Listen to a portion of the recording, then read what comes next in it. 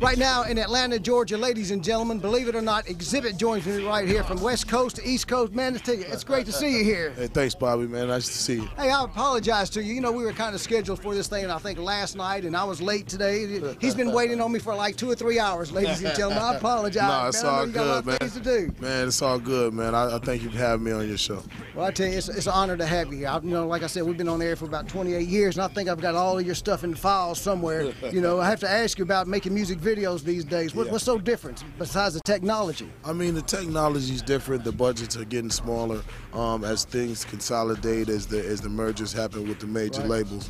I think, you know, we have to think about different ways. I mean, a lot of videos only get serviced, you know, to a couple different stations and shows like yours that really give the legs to videos nowadays.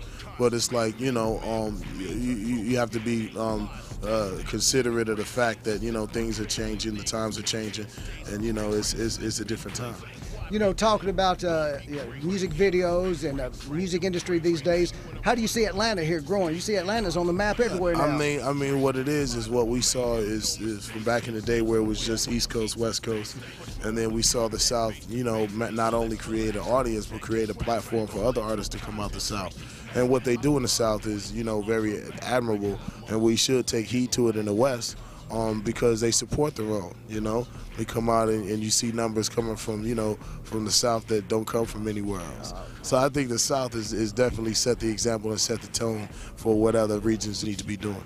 You know, when the record label was saying Xzibit's going to be in Atlanta promoting his album, I said, when does Xzibit have time to make an album? He's so busy with Pimp My Ride and pimping everybody's ride. When do you have time to go into the studio, or has it been an ongoing thing for the last couple of years? No, actually, man, I did this record in about 80 days. God. I went and actually uploaded like 2 seasons in the new garage, and then that allowed me to have time to go ahead and record an album and promote my Gridiron Gang release, and, you know, get ready to promote this release. And we're talking about Xzibit's album, Full Circle. You see it right here.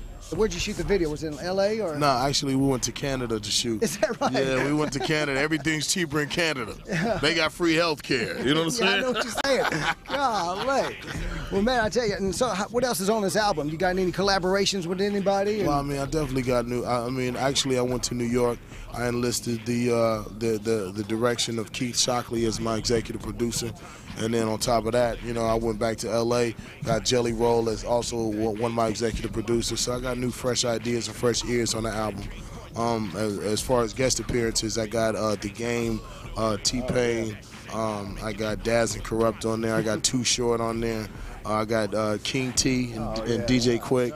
So, I mean, there's a lot of cats on there, especially from the West Coast, but, I mean, it's that kind of album.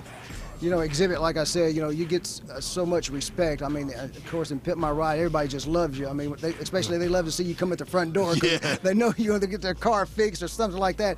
Now, the Pimp My Ride series is still going on, and what's one of the biggest advantages of Pimp My Ride for you? Well, I mean, one of the biggest advantages of the show is, you know, that I'm being part of something so positive on MTV.